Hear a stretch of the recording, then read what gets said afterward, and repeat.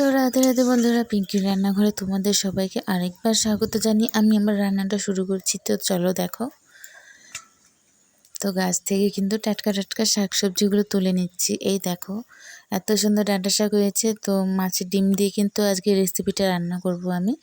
শাক দিয়ে অনেক রকম 4-5 রকমের শাক দিয়ে আর মাছের ডিম দিয়ে কিন্তু শাকের একটা রেসিপি করে দেখাবো। খুব টেস্টি আর খুব ভালো লাগে খেতে, তোমরা অবশ্যই বাড়িতে ট্রাই করবে।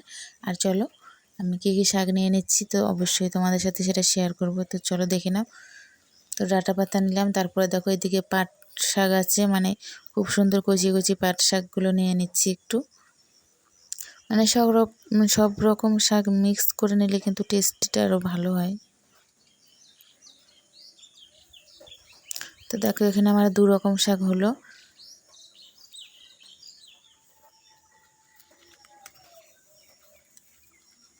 তারপর দেখো কুমড়োর পাতা নিচ্ছি,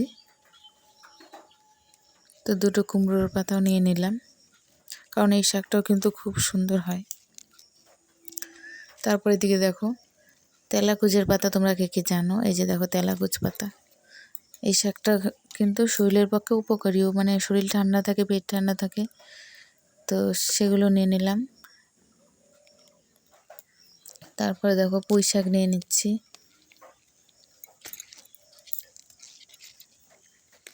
তো সব কিছু শাকই একটু একটু করে নিয়ে নেব, কারণ মানে মিক্স শাক রান্না করলে কিন্তু টেস্টটা আরও ভালো হয়।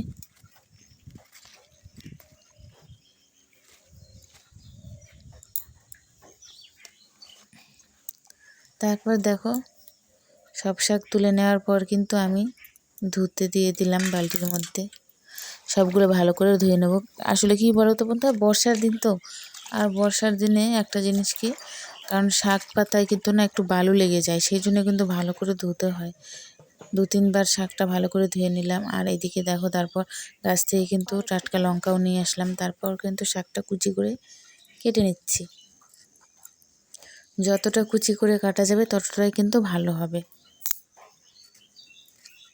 আমি কিন্তু একবারে কুচি কুচি করে কেটে নিচ্ছি বন্ধুরা, কারণ শাকটা দেখবে বড় বড় থাকলে কিন্তু একদমই ভালো লাগে না, সেজন্য ছোট ছোট কুচি কুচি করলে কিন্তু ভালো লাগবে।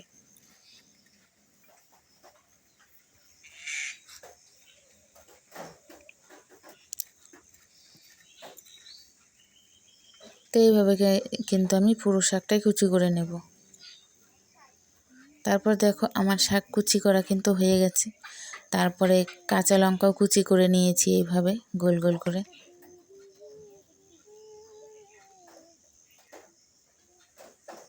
আর এইখানে দেখো এই যে মাছের ডিম, এটাই কিন্তু আমি রান্না করব শাকটা দিয়ে।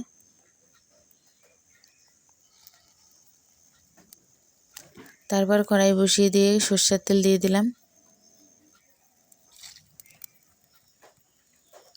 তারপর কিন্তু কালো জিরে ফোড়নে দিয়ে দিলাম।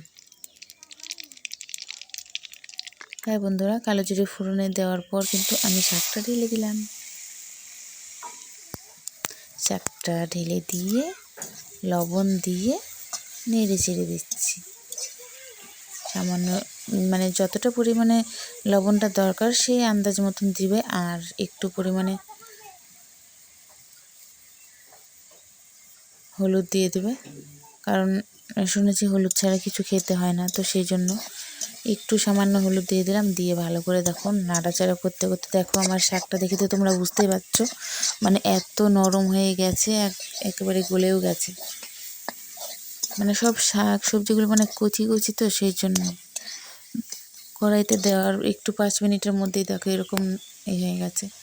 তো দেখো বন্ধুরা, এবার আমি কিন্তু ডিমটা দিয়ে দিলাম। ডিমটা দেওয়ার পর এই দেখো পরিমাণ মতো আমি ঝোল দিয়ে দেবো, তোমরা পরিমাণ মতো ঝোলটা দিয়ে দেবে। গরম ভাতে এত সুন্দর একটা রেসিপি থাকলে আর কি লাগে বন্ধুরা।